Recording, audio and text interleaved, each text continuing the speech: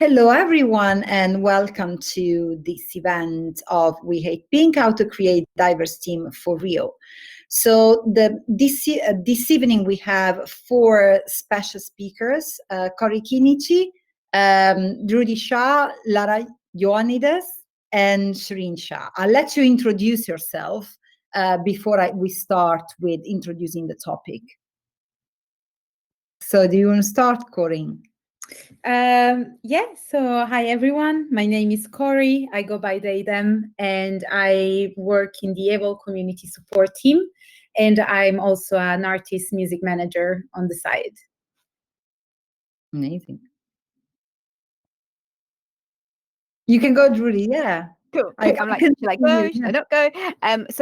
My name's Rudy Shah, and I'm a journalist at the BBC, and I'm also the author of a book called Bear Markets and Beyond, which is a financial literacy book. And I like to dabble in lots and lots of different things, because why not? Lara.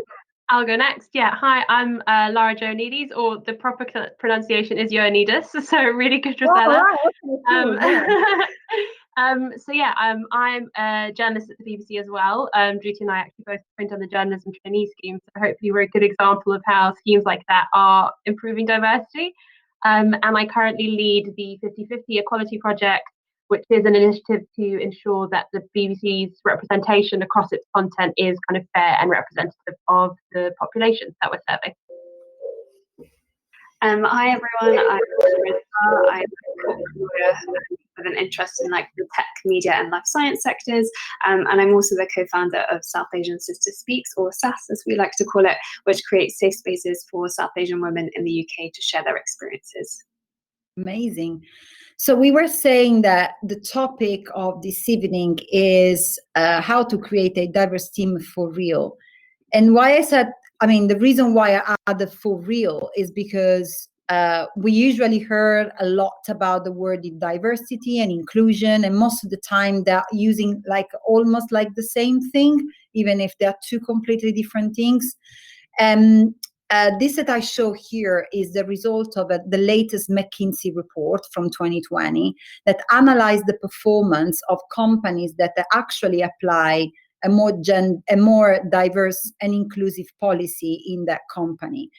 And what this report shows is basically that the company that have a better gender diversity in that company outperform financially by 25%.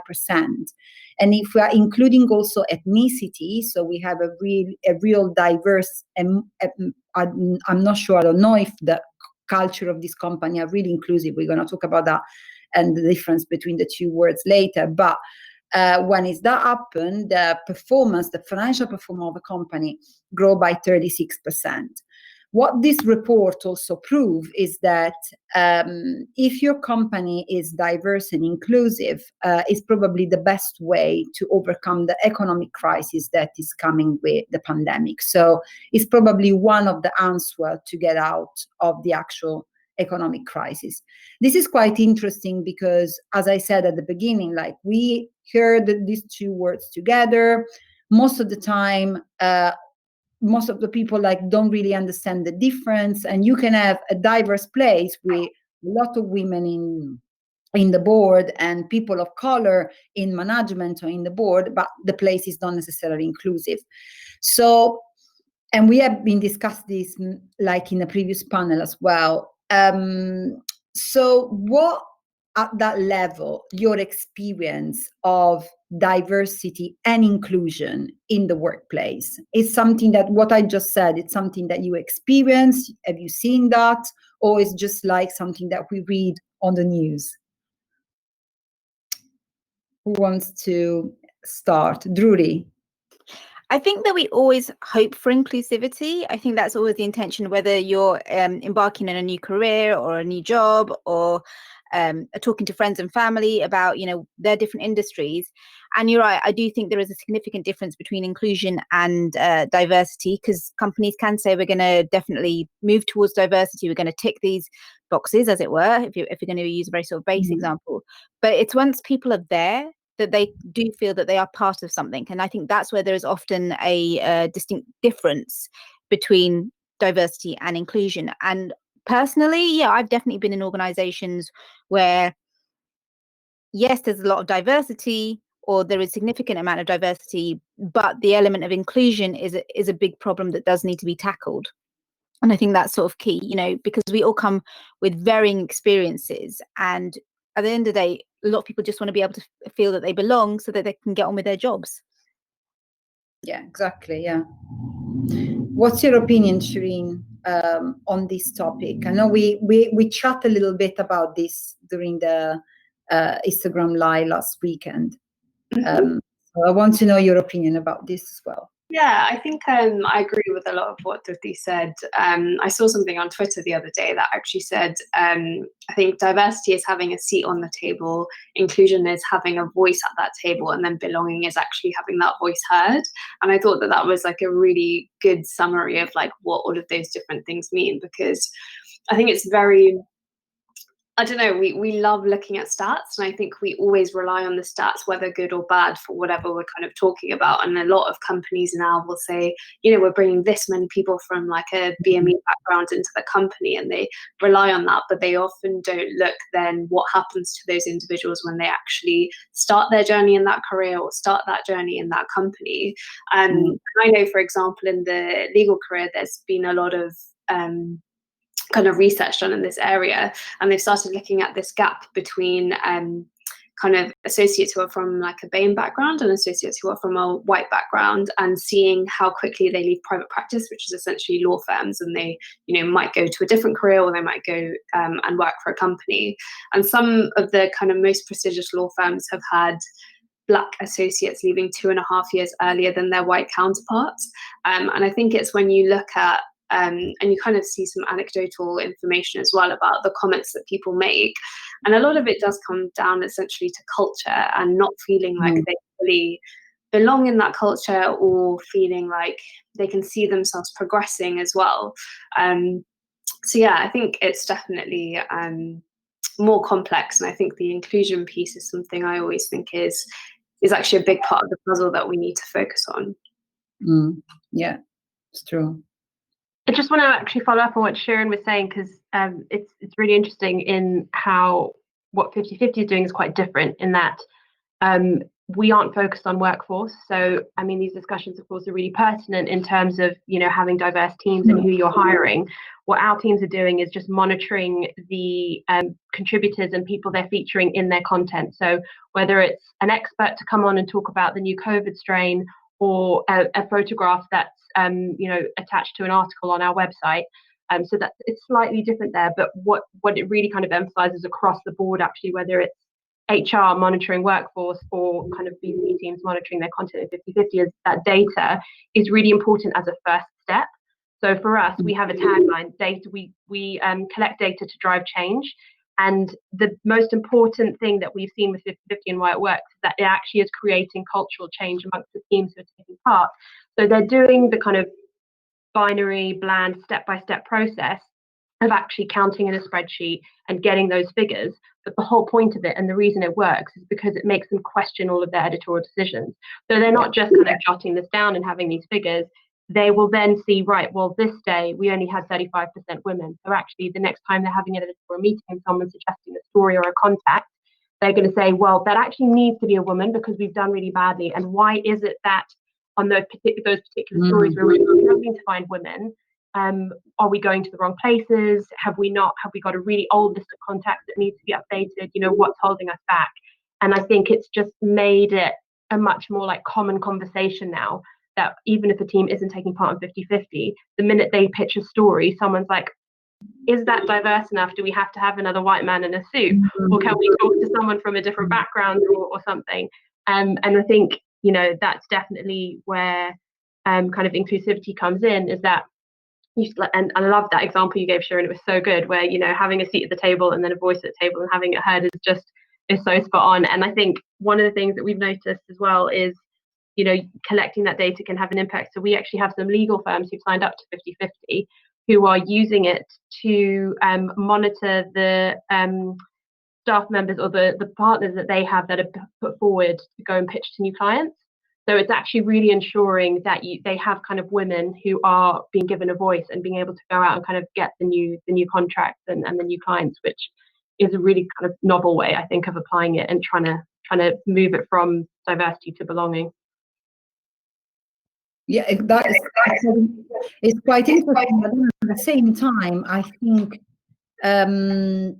what we see at the moment is like also a tendency, for example, in the tech industry, is at the forefront of the diversity movement, it's come under fire more than other business categories. So, for example, media or, for example, creativity, they've been in this kind of conversation before, while tech has been for 90% male dominated. Finally, they understand, oh, look, we need more women. We need more people of color. It's just white men, middle-class white men here. So what we can do.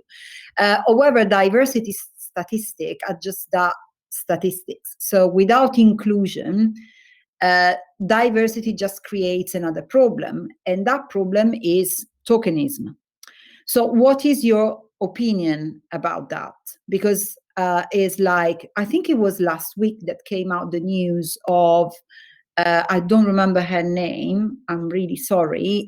She's an expert on tech and she's being fired by Google because she actually opened up and start to report on kind of discrimination, more than discrimination in the company, in reporting in the wrong way the data. And she was hiring in the company because she was like at the forefront of the diversity movement. So is something that a lot of companies, like especially Google or Facebook, like they try to like put the right people in the right position in order to look like they're actually diverse and inclusive. And this is it's something like, we know this as a tokenism. So what do you think about that, Corey? Yeah, I think that tokenism occur when, and I read this somewhere, when there's diversity without inclusion. And as you said, inclusivity is the biggest challenge. And I would add that tokenism occurs as well when your diversity and inclusion efforts are not intersectional. And this is, I think, one of the biggest challenges. We spoke about it a lot, Rossella, in our chat. And I think that sometimes it can be a bit challenging to go beyond what's very visible as a diversity challenge or mission that a company may undertake. For instance, 50-50 gender balance, it's great, but obviously it's still very cisgender based. So where are all the other people in the identity spectrum? Is that inclusive? Or also thinking about racial intersectionality, ethnicity intersectionality, ableism, ageism. So I guess that's the biggest challenge, and that's when you can really tackle the issue of tokenism, is when you really try and be intersectional, you really try to be inclusive. Like if you are intersectional, I guess you're doing a bit better into the inclusivity side of things. And I guess as well, tokenism can be like you can avoid being like kind of moving with token in your company when you actually start making policies out of your diversity and inclusion efforts that will actually change the culture of your employee population. So I guess these are a bit what I see could be steps to improve this situation. Can I jump in there? So I think you raised some completely pertinent points there. One thing that really annoys me about tokenism is that it breeds resentment. It breeds resentment within those who don't feel that they meet the label of the token. And it also breeds resentment, I think, within those who are expected to fit the label of the token. It definitely does not bring in that intersectionality or, anything in terms of the blurred element of things. And it really does frustrate me because, I think especially if you are from a minority, whichever minority it is, it does then lead to questions where you actually, I mean, you should always be working hard anyway, whatever industry you're in, but you are working 6 times as hard because you're like, I'm not here for my color or my sexuality or my, you know, whatever. I'm here on merit. And you don't, you know, it's that whole perception of others being like, oh, well, you've been brought in as the token. And you're like, no, I'm here as because of what I'm good at. And that's what I'm saying. But it also then taps into things where people do have false imposter syndrome. That you know, that definitely exists, and it just leads to other issues. And when we go back full circle into talking about diversity and inclusion, it means that people don't feel that they belong at all. You know, it leads to further problems in the long run. This element of tokenism, you know, a huge organization or even a small organization, they're thinking, oh yeah, I've ticked that diversity issue. Yeah, you know, we definitely are. But instead it's resulting in challenges that will have much longer term consequences. And I think that really does frustrate me about that. It frustrates me about tokenism generally. Yeah, and I think sometimes it's also quite complicated to also highlight that in a company. You know what I mean? It's like you can't really say it's happened with even if you work in an industry that is quite male dominated, and then suddenly they put a woman on board, and you feel like, okay, I'm the only woman in this room. Did they really want me because I'm good, or just because they need a quota, or just because they need, you know, someone that is actually representative and has a different gender? So it's complicated, and actually I think the issue became even bigger for people of color after Black Lives Matter happened. And you know, a lot of companies start to share how open they were with people of color, which is great. But then, like we discussed during the another panel that we did last week, is like, can we actually come back after 6 months, after 1 year, after 2 years of this happen, and see if actually the population of that company improved or not? So that is the problem sometimes. What do you think about that, Lara? Yeah, I mean, I think the other thing that I just want to say about tokenism as well is it's such a fine line from kind of the early stages for maybe companies that aren't performing so well to prove whether they really mean it or whether it is tokenism. So, you know, it may be that there is kind of the first woman on the board who is completely chosen and hired because of her value and her worth, but it's so hard to tell until that company has really kind of proved further that they're being inclusive. And it's just really frustrating actually that in this day and age we're still at that stage where that's happening. And again, I can't remember the name, but there was kind of really big news about a woman who's the first person on the board of some big company this week. I can't remember. It flashed up on my news alert, and everyone was really celebrating it. But it's also like, oh my god, it's 2020, and this is, you know, this shouldn't be happening now. So it's still of course celebration, and there will be people no doubt who are saying that it's tokenism. But I think, you know, you have to start somewhere.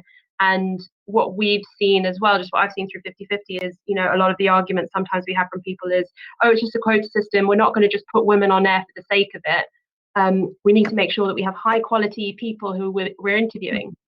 And our argument is the best contributor always gets used. There are just contributors from all backgrounds, all experiences, all genders, everything, who are just as good. It's just because society, whether it's that their kind of comms team from their organization hasn't put them forward before, or they've not had the opportunity to do media interviews until now, they haven't had the experience. So they have just as good a voice, we just haven't had the chance to hear it, so we've got to try that bit harder. And then you'll see, and I've seen this as well, you'll have the naysayers, the people who are quite skeptical, saying, oh, but fine, we're just putting them on air to like tick the box. And then they'll have the content go out and see that actually the audiences have really liked it. And we've been doing audience research about how it's being received by younger audiences and female audiences. And we've seen like a third more women and younger audiences saying that they're now consuming BBC content more as a result of the impact of having more women on air. So, you know, the business argument is there. So if you're kind of grumpy old man, I hate to say it, who kind of doesn't get it, so what? Let them not get it. If we make them do it, then at least that's going to kind of affect everyone else and kind of move that forward. But I think it's something that will prove itself over time, whether something's really meaningful or not. It's such a hard thing. It's such a grey area to kind of pinpoint. And as we've seen, you know, there were lots of companies who came out after Black Lives Matter making all these sweeping statements and all these posts.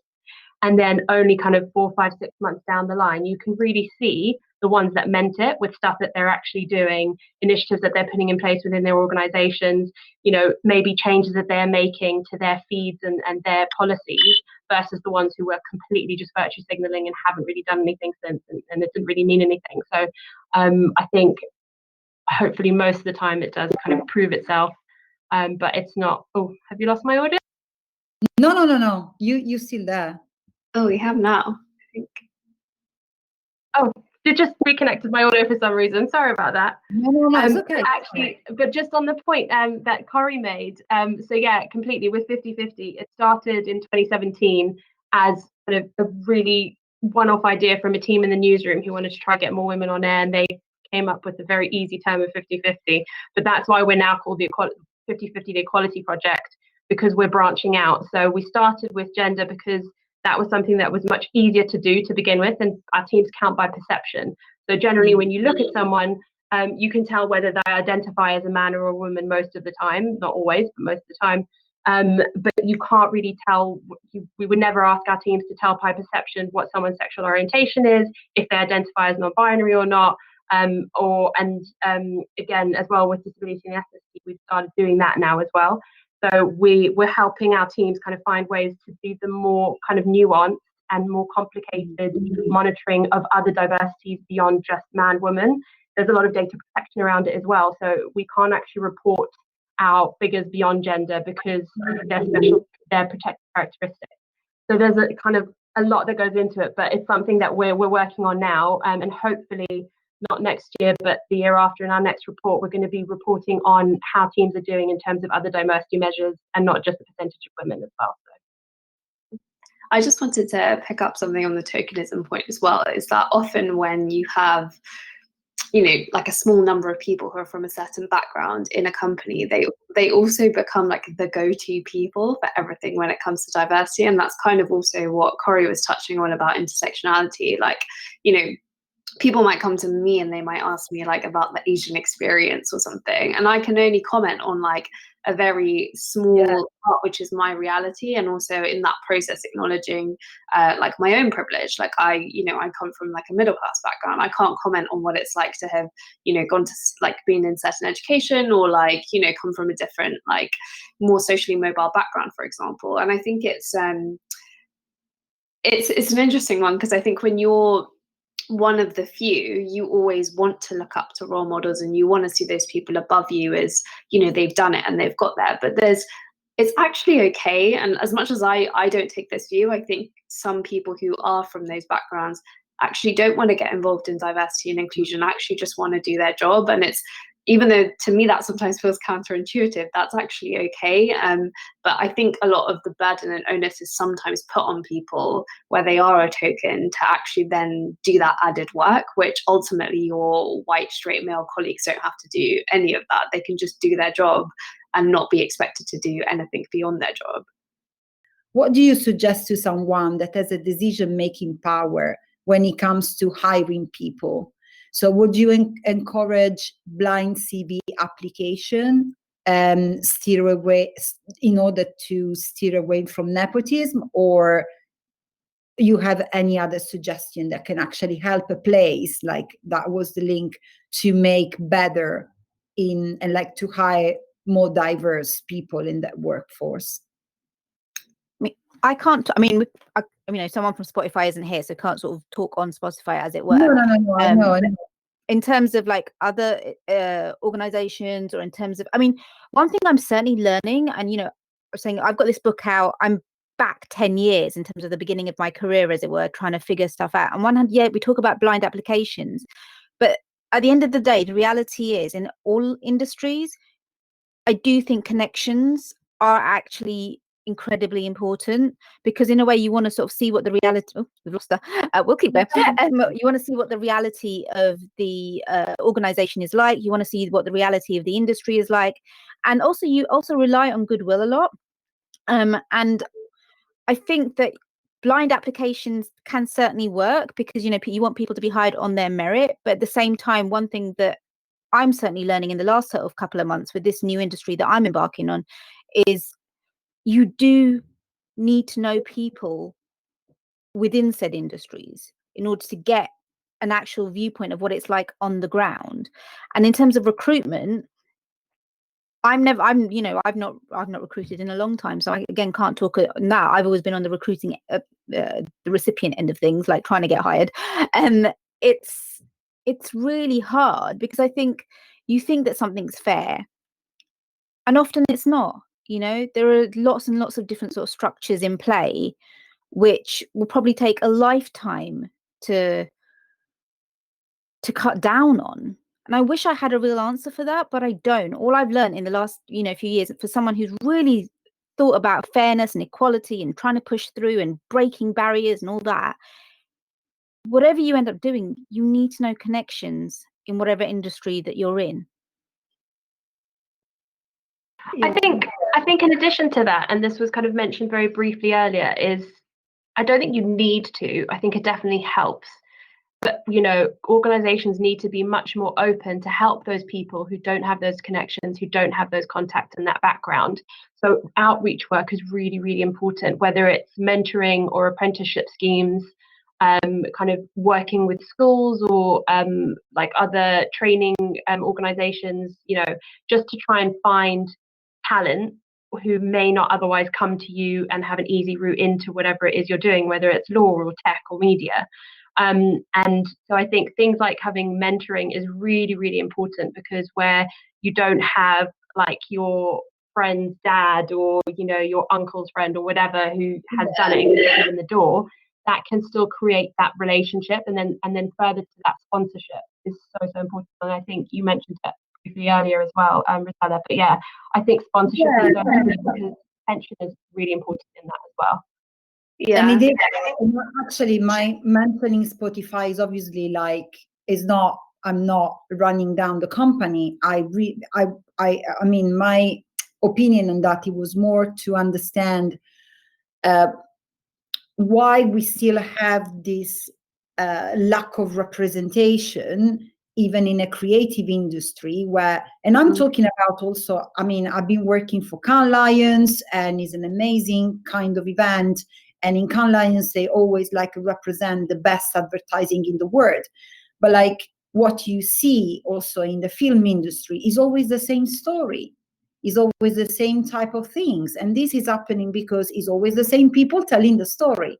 So you don't have a full representation of different people telling the story. So is the same it's happening in all the creative industry, but it's also happening in media. And then you have the same problem in tech, because then, for example, when it's coming to AI technology, if you're behind the machine, they're just learning information that are coming and they're set up for a white male middle class person.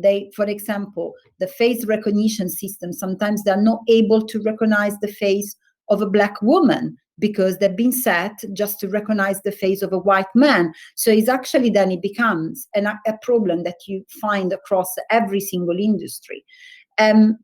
The shocking thing is how is possible that even if we're discussing this topic over and over, and even if we have a proof like numbers, stats, statistic, analysis, psychological research, sociology, everyone has been analyzing this problem. We have proved that a better diversity can bring a better solution, can bring a more creative solution.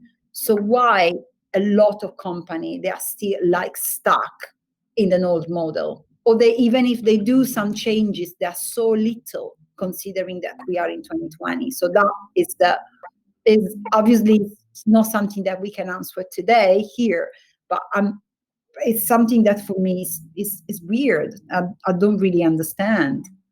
I just wanted to touch on blind CVs, actually, going back to the question. I think blind CVs in and of themselves are a little bit misguided, because I know something that we use in my company, and also in I think other industries as well, as a contextual recruiting tool, which basically uses algorithms to look at somebody's credentials and see, given what school they came from, what background they came from, and all of these different things, it takes into effect or kind of account how well that person's done. Because I know So like in the legal career, generally you need 3 A's to kind of get into the legal career. Mm. But if somebody is from a socially mobile background and they've got like 3 B's or something, but you know, in their school, getting 3 B's is basically like getting 3 A stars. You kind of need to take all of that stuff into account. So I think blind CVs in and of itself is just, you know, if you take off the name of something, you don't have that context as to like how that person has done that well, how that person has got that work experience.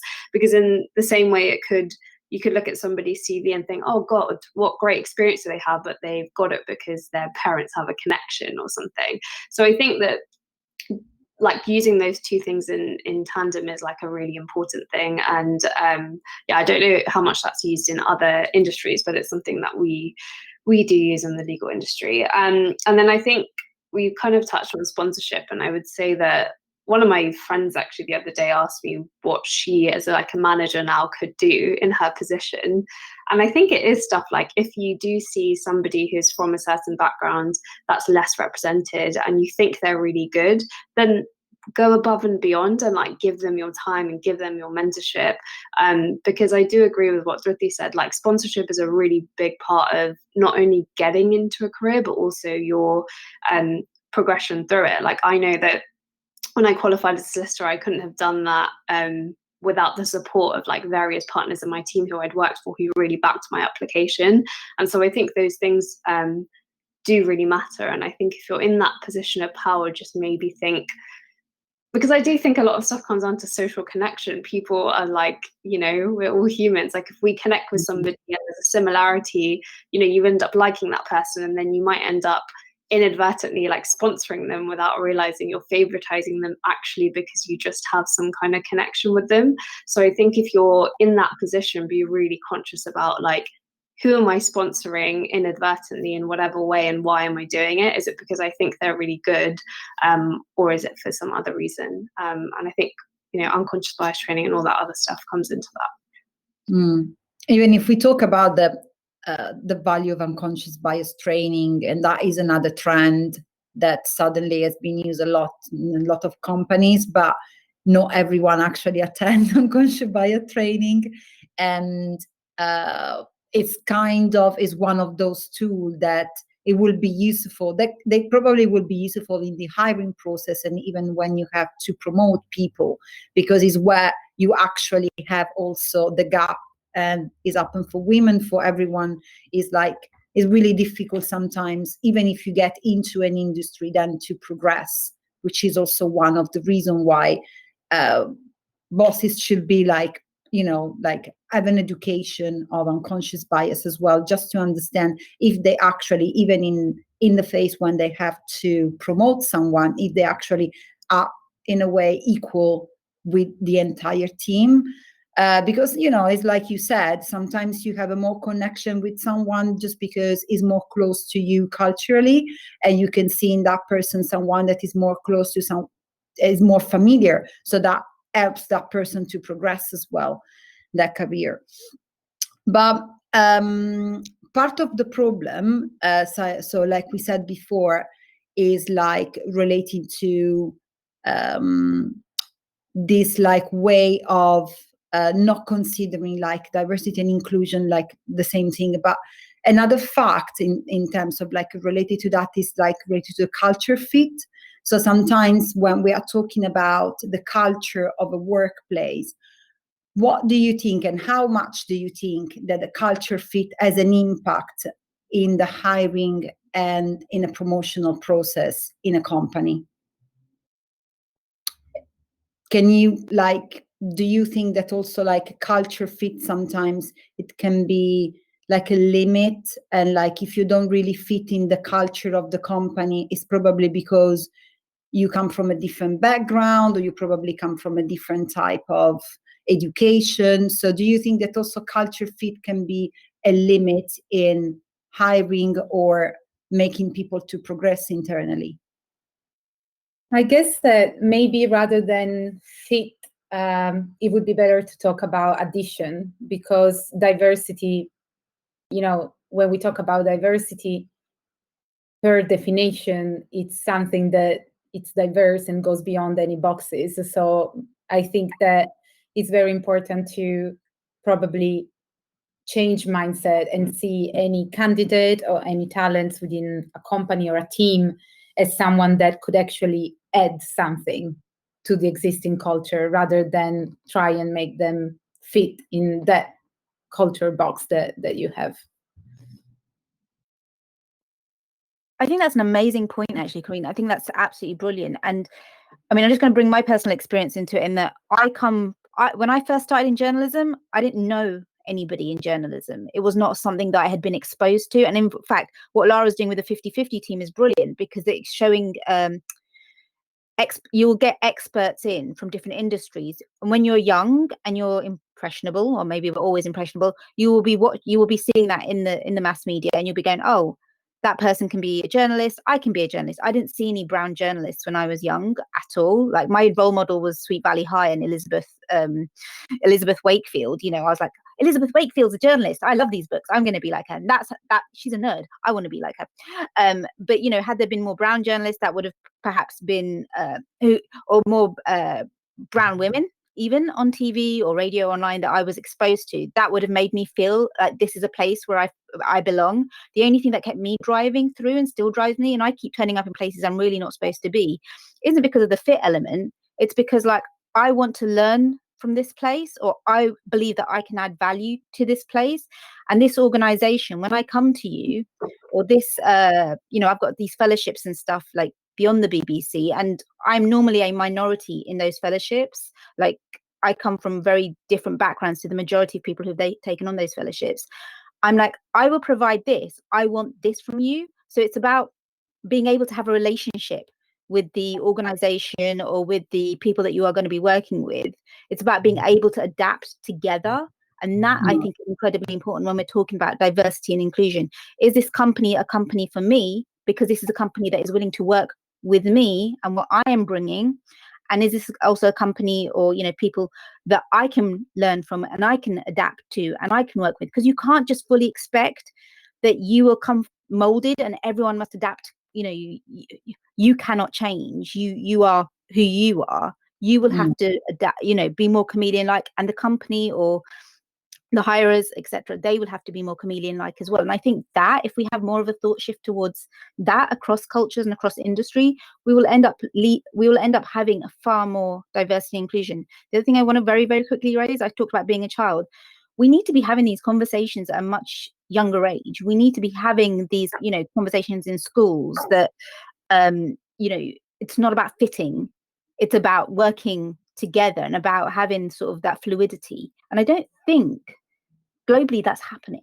And I think that's quite interesting, and something that, you know, if there are organizations that are doing that, I would want to hear from those organizations about how they're doing that. I think I think Corey's point is so amazing as well, because it's about you know, we say this all the time with the media specifically, because that's my area of expertise, where, you know, we need to have diversity of thought. So you don't just have one person pitching a story and everyone nodding. So like, yes, I know that kind of guy, that's my kind of guy, and I get that story. And that's why the other stories of people from kind of other backgrounds and communities aren't getting heard, because someone may very well pitch that story in the morning meeting and no one listens to it because they don't see themselves reflected in it. But that's where I think it's really important for kind of that culture change and that change of mindset, where people are starting to find interest in something that isn't familiar to them and isn't recognizable. And actually, for us specifically as journalists, we should all be curious. And the point of us being journalists is about uncovering other stories and trying to find out more and constantly learning about things that aren't really familiar to us and aren't known to us, because that should be the point of what we're doing. But actually, historically, that hasn't been how it's worked, I think, a lot of the time in mainstream news. So that I think that whole point of just trying to get as many different people who have different opinions to you on board is so important. And then actually, I don't know what you're all like, but I'm like a really good fan of having a good old debate. And like, it's so good to just sit down and speak to someone about something that you don't have the same opinion on, or you're coming from completely different angles, because then it completely opens your world up and makes such a difference. Even though I think at the moment, some of us, it's probably quite hard to hear some of the world's opinions at the moment, considering everything that's been happening lately. But yeah, and then that point of having the conversation early, there will be people who aren't as confident and as kind of brilliant at putting themselves forward as Druti, to go for those fellowships. And that's all, I think that is all down to Druti being the kind of person who's putting herself out there and going for it. And like, all credit to you, because there are so many who just would think, okay, that's not for me, and just wouldn't even try. And that probably comes from, you know, being told at a young age, actually, even if you don't recognize anyone, you know, go for it, because you can be the trailblazer, or that doesn't mean anything, you know, that doesn't mean that you can't do it, you still can. So yeah, just would say that. Yeah, and I'm yeah, go to, you were saying something.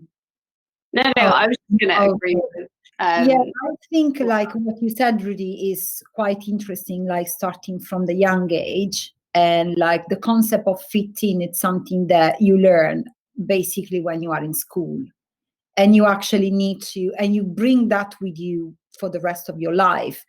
Then obviously the culture fit lately doesn't really apply, and because everyone is working from home, and in a way, like working from home made also the problem of diversity and inclusion in the workplace even worse for some reason, because you don't really have now that opportunity to meet people that come from different background that you have when you actually go to work, because apparently say that 75% of white people just hang out with white people.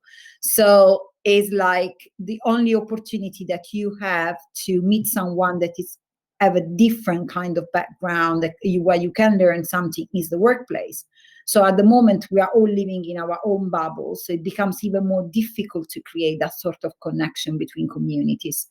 So I'd like to know, what do you think about this, and if you think that it's something that, for example, because we don't know yet when we're going to start to go back to the office, if you can suggest anything, or if you have experienced anything in your company that can actually reduce, or in a way facilitate this type of conversation between people that cannot meet at work anymore. I think that actually what I've been seeing in where I work is that, yes, there's less connection, but somehow the isolation enable offices from different countries to connect better, because actually when we were physically in the office, you know, you would connect always with your local office, but now being on Zoom all day kind of leveled up the geography of our office. We're just everyone working from home, and if you nail the time zone, then, you know, it doesn't make any difference if I'm working on a project with someone from London that maybe I could sit beside, you know, next to in the office, or someone from New York or LA, because we are in the same position. So I think that, yeah, definitely there's been an impact, but at the same time, I think Zoom, or, you know, Google Hangouts or whatever platform, is really enabling to give us time to connect with different colleagues and have those conversations, like, you know, even just creating Zoom meetings or panels, and having, like, facilitating those conversations happening. Because earlier you talked about, you know, unconscious bias training, and how it's hard to then, you know, see the impact that they actually had on the employee population. And I think that that's when the employee population comes into force, and it's, you know, keeping having those conversations, those uncomfortable conversations, tackle those very, you know, complicated topics. And I think that actually the digitalization of the workplace may have actually helped those conversations happening a bit more than in the physical world. I think, at least from my experience. I don't know the others, what they think. I completely agree. I mean, I think just what we've seen in terms of actually helping to get more women and diverse kind of contributors into our content from a 50-50 perspective. Before, we were demanding that people who were going to do interviews would come into the studio. We'd have to send them a cab. They'd have to kind of get approval from their company, probably take an hour minimum out of their day. And so it would be really kind of tied as well to what their schedule is like. So for women who had kind of childcare responsibilities, or anyone who had childcare responsibilities, or, you know, had maybe kind of less encouragement from their bosses to go and do something like that, it was a lot trickier. And actually, because now you can kind of just hop on Zoom. It will take you 5 minutes, and probably maybe 5 minutes of rehearsal and 5 minutes to actually do the interview. It's so much easier. You can do it before the school run. I spoke to a contributor earlier this week who was saying that she'd never before been able to kind of hit the kind of BBC breakfast slot, because that was the worst time for her. And now she's been kind of doing the interviews at that peak time, because she can just kind of quickly sit down and then run off and take the kids to school, which is brilliant to hear. And also, just internally on the BBC, we've got really good staff networks for different groups. And I just feel like the the engagement and the activity with these staff networks during lockdown has really skyrocketed, because we were all so busy coming and going into the buildings and getting on with our jobs. We weren't really connecting to the kind of wide kind of system, like the internet that we have. Whereas now it's the first thing everyone does when they log in, because it's the only way to connect with your bosses and everything. So we've been having lots of big all staff calls with kind of all of the team leaders, whether it's talking about mental health, how to manage kind of working from home, or just giving us an update on what's happening with the COVID practices, or a lot of the fallout that happened post George Floyd and his murder and the Black Lives Movement and everything. And there's been a lot of really honest conversations, because now that we're on Zoom, you can just put in an anonymous comment in this chat, and people are really holding our leaders to account now, because we're able to really just have direct comments without feeling like we're gonna be standing up in a room where everyone's looking at you and everyone knows it's you. So that's been a really interesting development. I'm going to just jump in on that because it is BBC. Laura's completely right. In that way, there is a lot more connection. And I think especially for people who have been working in the newsrooms where, you've been like, oh no, I'm on shift, I'm not going to be able to sort of get away to any of the events that are happening. So for example, if there are external speakers or there are other staff networks, conversations going on, in the way there was that degree of presenteeism perhaps for some, because it's like, no, I've got to be there. And here it's actually, you can dip away, you can have half an ear, you can still be like typing and you can still be doing bits and bobs, and it's a little, and you can go back and listen back to sessions as well, whereas previously perhaps they weren't always recorded, or you weren't able to then find to dip in your own time to do it, especially when you've got a day off and then you're like, do I really want to come into work on my day off when I'm working like very, very long hours? Whereas now it's a little bit easier to be able to do that. And I think also a lot of people are making more of an effort, and this is where you go beyond your own department, beyond your own I work in news. I'm now, here we go, this is a very small example, but I deliberately took part in we had a Women at the BBC event where they had, it was a quiz, it was a Christmas quiz, and I'm not normally a big fan of quizzes, but this was like an entire BBC wide one this week. And I thought, do you know what, it's not going to take that long, I'm going to have a break anyway. I've had a little wander, because you're being more aware of what you're doing as you're sitting down, and it was fun, and I got to speak to people from across the organization, and I felt part of something. So it goes back to that element of inclusivity and being part of a much wider organization. And that's where actually you could very much feel isolated at home because of the fact we're in this pandemic, because of the fact it's very depressing. But I do think a lot of people are also then taking ownership and stepping up and being like, hold on a minute, I am part of a bigger thing. Let me try and get involved, have the Christmas parties, have the quizzes, get involved in the staff networks. I've been far more involved in the staff networks this year than ever before, And I think I would hope that people are doing that across their organizations. It's about being aware of what opportunities there are. And that's where actually the onus is on the organizations to tell people, this is here for you, this is here for you, this is here for you. And our organization, fair play to them for all the criticisms that the BBC does get, and it does, has been very good at that and telling people, you have all these things, get involved if you so wish. That's great. And it's like sometimes you need to hear both stories or different sides of the stories, because when you read the news and you read the report and you see, okay, so this is an issue, but then when you actually talk to people, you realize that probably it's not an issue, probably was a really good opportunity to develop some different type of relationship. And it's true what you said, is like a lot of companies put an effort to make people to connect, even in on a deep level, because like we know, like mental issue grows like a lot in the last 6 months. So like even have the space to have that type of conversation.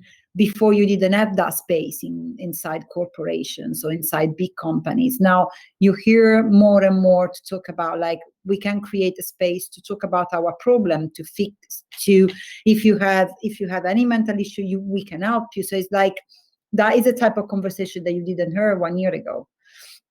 So I think we're getting to the end of the webinar. So what I'd like to know if I don't know if anyone has a question that wants to ask.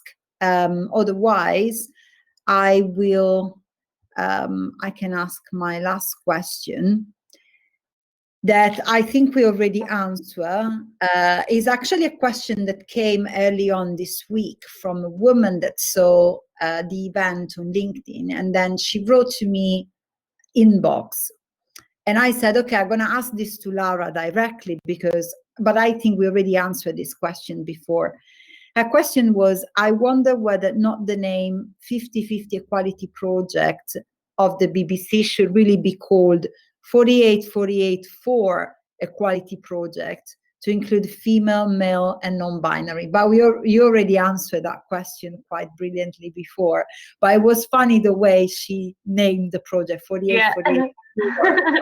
So I didn't really understand what she meant, but it was a really good point from my point of view. But then you answered that question. Yeah, I mean, I saw that you made a note of that earlier, and I was actually wondering where the 4 comes from, because part of this as well is, especially when it comes to people identifying as non-binary, that's only really become much more kind of appreciated and accepted comparatively with the gender kind of issues and struggles quite recently. So we don't have that much information on it. And I think the most recent information that I have on the UK specifically, because this is just looking at the UK really, what we do at 50/50, is that 0.4% of the population identify as non-binary. So when you're dealing with kind of stats and data, that's such a small proportion. And I think I'm going to go on mute again. No, it's okay. I don't know why it keeps doing that. It's really weird. I don't know. Sometimes because it's just yeah. But I think it's kind of hard. So that's why I think we probably wouldn't change the name, because actually it would then have to be, let me get my maths right, 49.8, 49.8.4 or something. And I'm really going to speak now for my personal experience and being a trans non-binary person who came out this year in the workplace. And I see a lot of reports, and they are thank you. They are amazing. Like there are so many reports out there about UK, even UK Music published one about diversity and inclusion in my field, and it's fantastic. But I just want to point out that 9 point something is that people who are trans and non-binary most of the time don't feel like they can come out publicly or in the workplace. Like I tagged along for 3 years identifying as a female because there's never been space for me to bring on this conversation on the table. And it was just easy for me to say, yeah, of course, I'm a superwoman. Yes, I'm a lady that, is on the table. And that's something that I think we really need to tackle right now, because the conversation about trans and non-binary, it's more recent, but we've been existing for ages, and information is out there, and education is out there, and is accessible. It's full of charity giving this information. It's full of activists on Instagram giving this information every day. So sometimes I just feel that, I totally get where you're coming from, and I totally get the intentions behind everything. However, I guess it's also time now to stop saying that, it's something new, or that we need to learn, because we have all the tools to learn and start, opening up to other gender identities as well as other races and minorities. Like when I talk about this, obviously, I always refer to the trans experience being a trans individual, but I think about, neurodiverse people. I think about the ableism that it's still dominant in every conversation we have when it comes to diversity and inclusion. So, I just feel that sometimes and then I'm going to stop the rant here, but I just feel that it's always a matter of, yeah, but now let's do this, let's tackle this problem, then we're gonna, you know, get everyone else on board. Well, I think that now we should really come together and say, right, there are many problems, because all these problems we discussed today are systematic. And that's why, you know, to your point, Rosella, I don't understand why in 2020 we still have these problems. And this is because it's systematic and cultural, and we are all part of this. So how do we get together and really start to make a change, start to say it's time now for everyone to have that seat on the table and to be heard, as Shirin said in the beginning, you know. So I guess that's a bit, and I guess I can say personally, my frustration sometimes, it's a bit that, you know, before, like even Black Lives Matter, you know, it didn't happen in March 2020. This is something that's been going on for decades, you know, and we just need to start diversifying our culture, our education, obviously from early age, and that's going to take a lot of time. But I guess that the biggest take of 2020 within the diversity and inclusion conversations as an individual has been, wow, things are out there. And for how I've been raised, for how I've been, you know, educated in school and university in Italy and there in UK, I've never been exposed to all of these stories. Now let's start, you know, reading different authors, different journalists, like, you know, as you said, and it's work, it's hard work, because you need to find them, as Ruti said before, like when you were a kid, you're like, oh, it would have helped to have more women of color in my job to look up at. And, you know, as a kid, you don't have the resources to go and dig for them. But right now, we can, you know, and it's hard work. You need to kind of, you know, look for those different people, because they're not in the forefront of everything we are fed with on Netflix, Instagram, journals, newspapers, movies, you know. So I guess that's just a bit my point. And I know I'm very passionate about it. And, you know, it's also the end of a year where I've been having this conversation for a long time. Like actually it's just 1 year, and it even sounds weird to say this for people that have been going through all of this for a lifetime. And I'm still a privileged person. So, you know, it kind of, it's all very, like, as you said, very complex. However, I really would like to kind of start saying, let's make that difference now. And, you know, even just changing, like something so little in a company, like advising employees to add pronouns in signatures, you know, like obviously you cannot oblige anyone to do it, but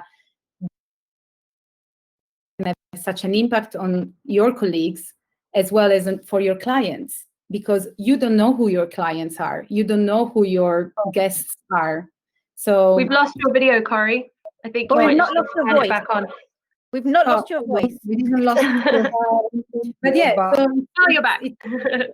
It's just this, like, I think, you know, we can all of us, or everyone can do so much better. And obviously, it's just about rewiring the brain. And that's why it's so difficult, you know, and it's not about being a bad person, you know, it's about, we've been wired in this way in the Western culture, in the Western white culture. How do we open up our brain? Everything. So yeah, thank you for listening. No, it's fine. No, it's it's fine. great. I just wanted to add to that by kind of, when I said it's quite new, I mean in terms of statistics. And obviously, you know, we're a data-driven project, so we have to work on statistics. So we kind of work on what we think the population is and work towards that. But 100% in terms of real people's experiences and lived experiences, and this is whether you're talking about gender, ethnicity, disability, it's all about actual people's lived experiences. And, you know, everyone will be different. Kind of the point that Shirin was making earlier as well when she was talking about tokenism. You know, that's where the difference between, again, back to the difference between diversity and inclusivity comes in. So you can have the stats and the data and the kind of black and white numbers on a page, but then there's so much more to it in terms of people's stories and feelings about things, and that's kind of the more in-depth work that needs to come with it. Can I Definitely. jump in on that? So I guess I'm the second stage to Lara. So Lara's doing the bigger picture stuff, and I will be the one who will be calling people, and I will be not the policy experts or the the media people, or the people who are the heartbeat of the stories, if the ones that are thrust into the public eye or being utilized as case studies because an event has happened. And I will be honest with you, with having the 50-50 project and being aware of the fact that we have to be more inclusive and we have to represent the general population in a much better way, I do think as journalists, it has made us far more aware that when you are calling someone, you are more like, can I just double check your pronoun? What are you comfortable with in terms of your pronoun? And and in terms of best practice, we definitely are sharing knowledge and having conversations. That's the key thing. I was watching Small Axe the other day, and I love that. But there was one line that stood out, and I think for all of us, we are all coming with varying experiences, whether it's whether it's immigration, whether it's being people of color, whether it's our non-binary experiences. And one line stood out, and I'm paraphrasing here, where the guy was saying, when you're a bridge between communities, it's actually really lonely. It can be very lonely. And when I was watching that, I was like, yeah, actually, sometimes it can be very lonely because you're the one who has to put your head up to say, actually, have you considered this? Have you considered that? And sometimes you have to put your own experiences that you don't necessarily feel need to be out there because they're your own experiences that perhaps, why that other people don't necessarily have to put out there, not just white, sorry, my bad. And that really stood out to me. But what I really want as a takeaway is that we're having conversations. We might be having small conversations, but the fact we're having, Laura and I had met before, but we hadn't all previously met before. And the fact is we're now engaging in conversations. We're all listening to each other. And I think that's a baby step, but it's a really powerful step.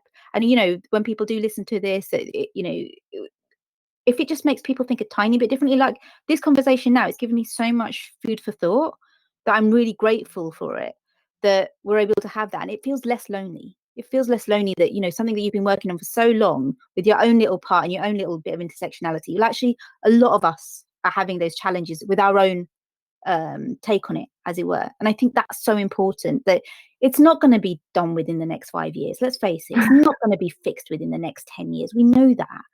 But we're all trying to play our part in it. And if we can be put forward as role models to a degree, if someone else is like, well, if they can do it and they're pretty normal within they're not complete extremes, then they might be like, well, actually they're no different to me. I'm trans, or I'm Jane, or I'm Gujarati, or I'm from South Africa, or I'm from Italy, etc. I can have a conversation. And I think that's so important, that if there are conversations happening, that is a good thing. But it is lonely. I'm not going to say it's not. Yeah. No, I just want to thank Corey, because it's I think often we talk about, we focus on the data, we focus on those things, but hearing emotive experiences, as difficult as it is for you as a person to talk about your personal experience in a room when you don't know actually how anyone's going to respond. I'm sure we've all been in that situation where we have that feeling and we want to express it, but we don't know how it's going to be received. I think it's so powerful, and it's so, when we're talking about this stuff, it's so easy to take the emotion out of it, when actually what you expressed, which is what a lot of us feel on a day-to-day basis, if you're from any kind of minority background, it is emotional and it's exhausting, and there's a lot of emotional kind of burden and energy that goes into a lot of this work, and even just existing on a day-to-day basis when you're from like some kind of minority background. So I think it is really important, and it's really brave, I think, when people do come out and talk about their personal experiences, because that's the real thing, isn't it? And especially when we're talking about that third piece, which is belonging, which is ultimately, I feel like, the real aim and what we're trying to work towards beyond diversity and inclusion. It's those experiences that are what really matters, because it's kind of like, do you really feel emotionally like you can belong somewhere? Yeah. No, I totally agree. And like, to go back to data, obviously every industry right now is driven by data, and diversity and inclusion measures are often driven by data. Like, sometimes company would have a survey to understand the population and to check, but then how in depth you can go with data, because then if those surveys must be anonymous, how, do you still have meaningful data that is representative but it's not, easy to identify someone. Like, I completely understand all of that. But like sometimes when I look, for instance, at the surveys that I complete, sometimes there's individuals are not even given a choice, sometimes is male, female, prefer not to say. I would like to say to you, you're just not giving me the box to tick, and then I go into that knowing point, or, you're Black, Asian, other is the knowing point. Yeah. So I think that obviously it's not something, as you said, it's going to be solved in 5, 10, 20, 30 years for sure. It's a process. Like, I'm really a fan of seeing all of this as a continuous process, and there's not an end. Like, I know that in my lifetime I probably won't see an end to this, and I'm in peace with that, but I know that we are driving the change, and in that a couple of generations probably this won't be an issue anymore.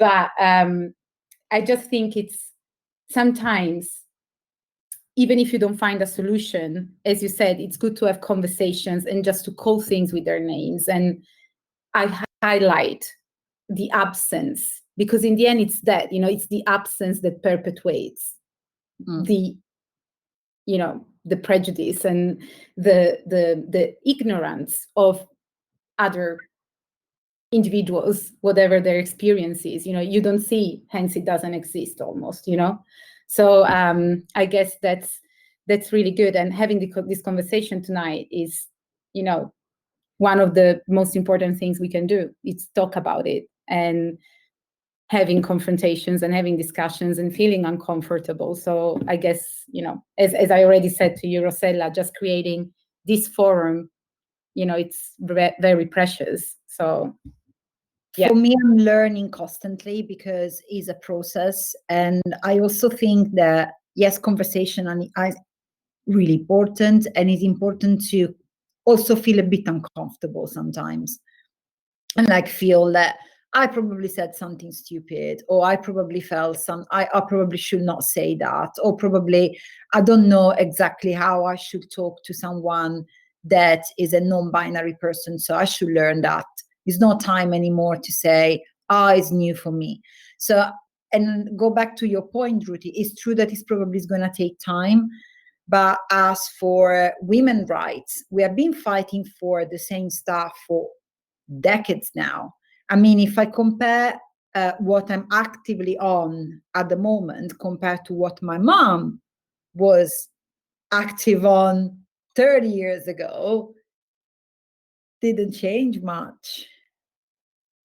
So it's true that it's still long time, we still have to fight, but sometimes I think, and probably it's come from my emotional side, how long this is gonna take.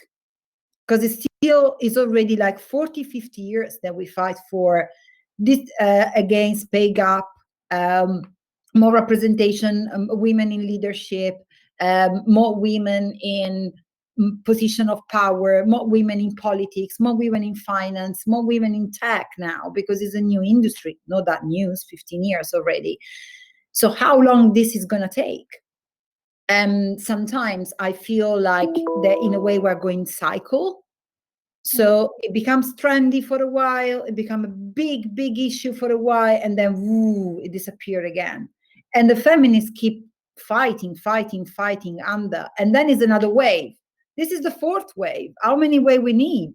I don't want to fight for this for the rest of my life, and I hope my niece doesn't have to fight for the same thing for the rest of her life. So this is, I think, it's something that we also need to start to think about. Is like, it's true to have the conversation, but it's also really good to put in an action and start to request. We want action. We want this to change. Let's put policy in place. Let's put law in place, and let's make people to respect these rules. Because I think that is another problem. Sometimes we have the conversation. Every company now has a diversity and inclusion in the policy. I've been discriminating in my company just 2 months ago. But if you read the employer handbook, they have policy for diversity and inclusion. And I've been discriminated because I was planning to have an IVF. And if you talk with a union representative, they tell you that is really difficult to prove. So discrimination in the workplace is still difficult to prove. And you have to take it, and that's it. So that is something that it needs to change. But I think that for instance, in my personal experience, is that I also find that more and more often who's in a position of power are way more willing to be, in these conversations and to listen and learn. And I think that's very positive. Like, I've been seeing this positive change happening, and, just people making, as we said earlier, making room, for these conversations to happen. And when they stay in the conversation, because here we are, for women and a trans person talking about how to change the world, and we are in the front line every day doing so since we born, the change happens, I guess, when those in a position of power, and if we want to talk about, cisgender male, white in a suit, most importantly, it's when they are here listening, and, they will join the conversation as well. Because ultimately, I think, it's not really us and them. It's like, how do we get them with us? How do we make them understand that, they should come on this side and amplify these topics. So I'm also positive because I'm seeing this change as well. So I think I agree, and I think we were talking about staff networks. Like, we definitely saw in summer, like after kind of like this round of like BLM and everything, that there was a lot more engagement, a lot of people coming to events. But I'm also a bit cynical, because I also feel the reason why everything happened this summer and like it kind of took off to the level that it did and it started the conversations that it did is because everybody was sitting at home. Like, frankly, George Floyd is not the first Black man to be like brutally murdered. A lot of the times, like, it happens, it comes on the news, and you're so busy and you're so consumed with what's going on with your life that actually very few people take the moment to stop and think. And I do think there's like a relevance of that as well. Sorry, my computer just like No, it's okay. That's nice. I just think there was like a particular moment. There was like so much context to why, and I'm not saying that doesn't mean there hasn't been a real change or that it's not going to continue or that momentum hasn't continued. But I think that has been in the back of my mind as well. It's like, how much does like the moment and when everything happened also like play a point? But let's hope it's not that. Just no, it's actually I thank you very much and for taking the time to have this conversation today. So I mean, if you want to, we can even like add something later, and if you have any other kind of inspiration or information that you want to share, please send it to me and I will be happy to reshare with the audience later. Because I think the more information we have, the more informed we are, better we can fight this kind of problems. And agree with you, Corey. I think it's not more like creating the thing us and them. It's like talking, and I can see the change. I can see a lot of men are like working as an ally on, for example, female issues, on working on the side of women. And I discovered this platform that is amazing. It's called He for She.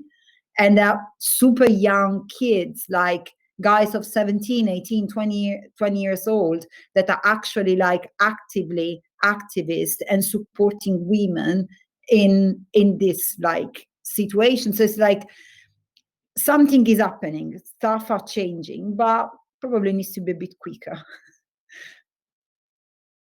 All right, so thank you very much for your time again, and I hope to see you sooner or later in real life, not in a video, and hopefully it's gonna happen very soon. So Merry Christmas to everyone. I mean, not probably to everyone, but like I hope you're gonna have an amazing holiday, and I'll see you soon. Thank you so much. Thank you, Thank you. everyone. Thank you. It Thank was you. great speaking to you all. Bye.